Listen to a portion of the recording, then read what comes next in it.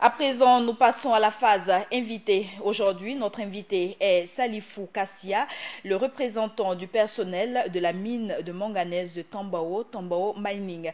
Avec lui sera question de la levée de la suspension de la licence d'exploitation de la mine de Tambao par le gouvernement et bien sûr d'autres questions relatives au personnel.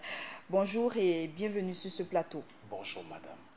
Alors, depuis le 18 décembre, le gouvernement a annoncé la levée de la suspension de la licence d'exploitation de Tambao Mining.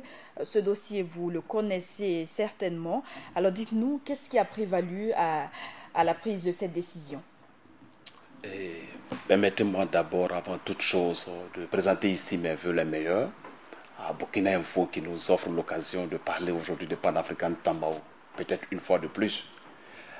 Donc mes voeux sont des voeux de santé, de prospérité, de bonheur, bien sûr pour Burkina Info, aussi pour les Burkinabés tout entiers.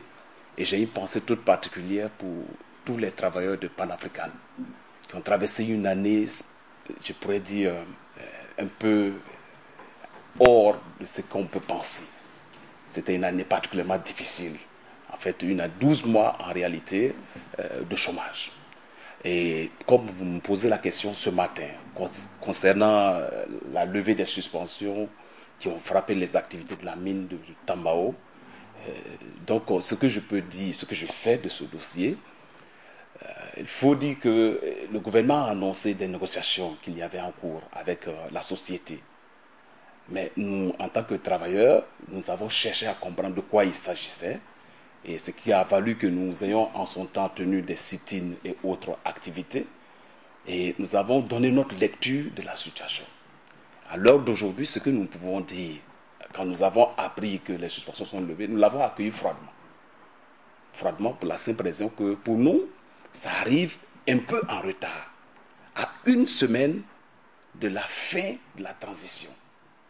Si nous voulons nous résumer pour nos travailleurs, c'est comme si pendant toute la période qu'a duré la transition, c'est comme si les travailleurs de Pan-African n'ont pas eu d'activité. Donc, si on veut revenir un peu sur ce qui est évoqué, nous avons appris aussi, au même titre que vous peut-être, que les suspensions ont été levées parce que nous n'avons pas officiellement reçu la lettre. Mais les informations que nous avons eues, notamment sur le net, quand vous allez un peu, vous avez quelques informations que vous pouvez récolter. Ce que nous voyons, ce qui est évoqué comme motif, on nous parle des négociations en cours et d'engagements pris par la société en ce qui concerne le chemin de fer et en ce qui concerne la route. Ce n'est pas du tout quelque chose de nouveau, ça se trouve dans l'accord de partenariat public-privé. L'accord de partenariat public-privé date de août 2012. Donc, pour nous, en tant que travailleurs, il n'y a pas d'élément nouveau dans cette levée de suspension. Et nous avons aussi vu que les motifs évoqués pour lever les suspensions, il est également fait cas des travailleurs. Il est dit que la société aurait pris l'engagement de réembaucher les travailleurs. Bon, pour nous, nous avons dit en son temps qu'il ne fallait pas attendre que le pire arrive. Et ce que nous appelions pire, c'est quoi? C'est que à partir du 14 octobre, date qui marquait en réalité la fin des 6 mois de chômage technique, l'employeur n'avait plus d'autre solution que de licencier. Malheureusement, cette date est arrivée. Et les travailleurs ont été effectivement licenciés le 14 octobre 2015. Donc, ce que nous attendions aujourd'hui, certes, c'est la levée des suspensions, mais on ne peut plus brandir ça comme un trophée parce que le mal est déjà là. En fait, pour nous, c'est ce que nous avons comme lecture de cette situation concernant la levée des suspensions qui frappent les activités de la mine de Pan-African Tambao. Alors, vous dites avoir accueilli cette décision assez froidement, mais comme le dit l'adage, vaut mieux tard que jamais. Est-ce que c'est pas déjà un motif de réjouissance? Oui, nous nous sommes réjouis d'une certaine manière, mais j'avoue que ça n'a pas dépassé 30 minutes de réjouissance. Je n'étais pas seul, j'ai des collègues qui m'ont aussi appelé, ils ont tous la même lecture de la situation. Parce que quand vous êtes un travailleur, que vous avez des engagements en banque et qu'on vous tend une lettre de licenciement, chose qui est aussi notifiée à votre banquier, donc tout de suite, les conséquences sont tout à fait évidentes. Maintenant, quand on dit à votre employeur de réembaucher les travailleurs, et qu'on ne dit pas dans quel délai ils doivent vous réembaucher, est-ce que c'est une garantie? Donc c'est pour cela que les travailleurs aujourd'hui sont inquiets. Ils sont inquiets. Nous avons laissé arriver ce qu'il ne fallait pas laisser arriver. Bon, nous ne disons pas que notre lutte a été vaine, parce que en réalité, il y avait deux choses que nous défendons en tant que travailleurs. Nous avons dit qu'avant tout, nous sommes des citoyens burkinabés. Il y avait un risque de drame économique. Parce que si le gouvernement voulait retirer la licence de la société par des moyens, je peux dire, qui ne sont pas réguliers, la conséquence serait certainement une condamnation du Burkina Faso à payer des indemnités que nous, en tant que travailleurs, nous ne pouvons pas nous ne pouvons pas avancer les chiffres.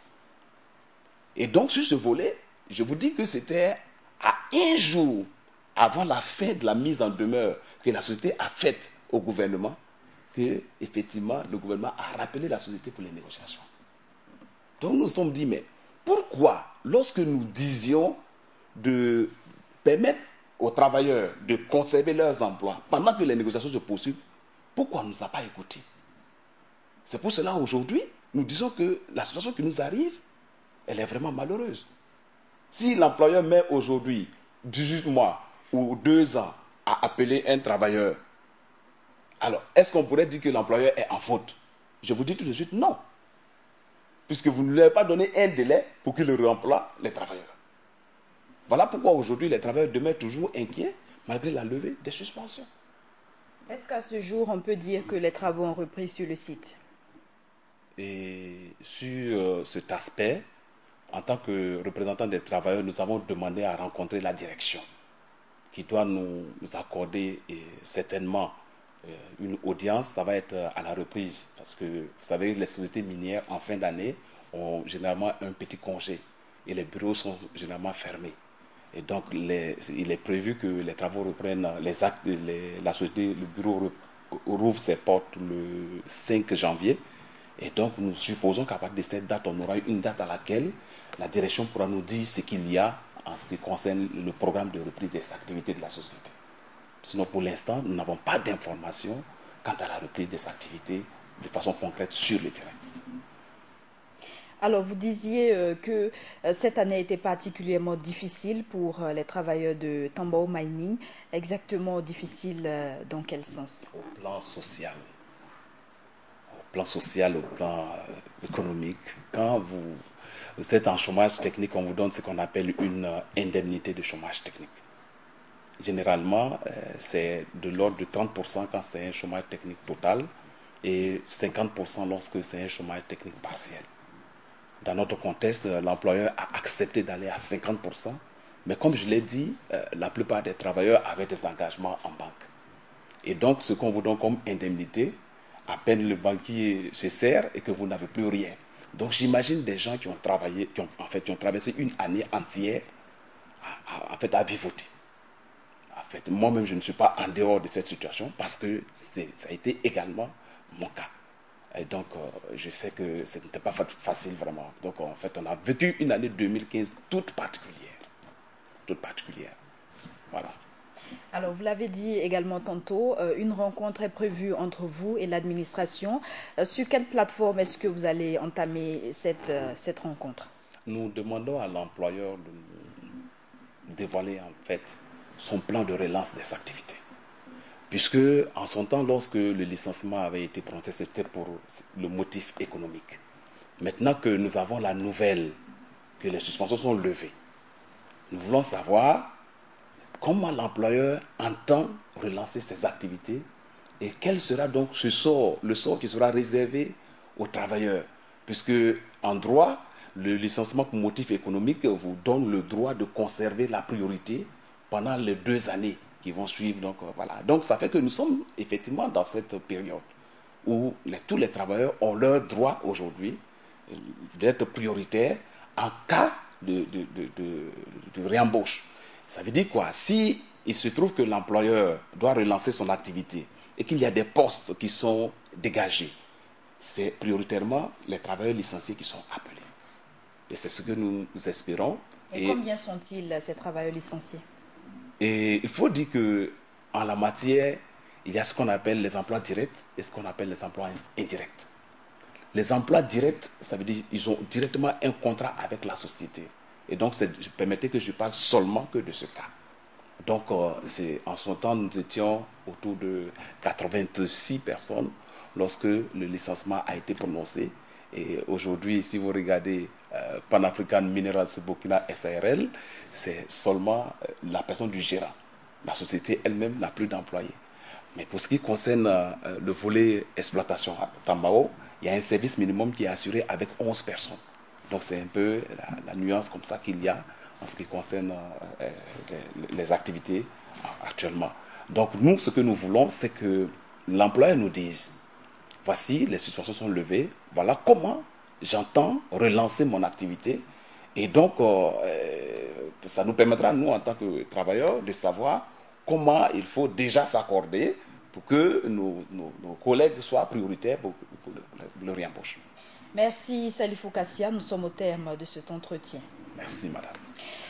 Fidèles téléspectateurs, notre invité était Salifou Kassia, le représentant du personnel du site de manganèse Tambao Mining. Et c'est avec lui que nous refermons ce journal. Merci à vous qui l'avez suivi.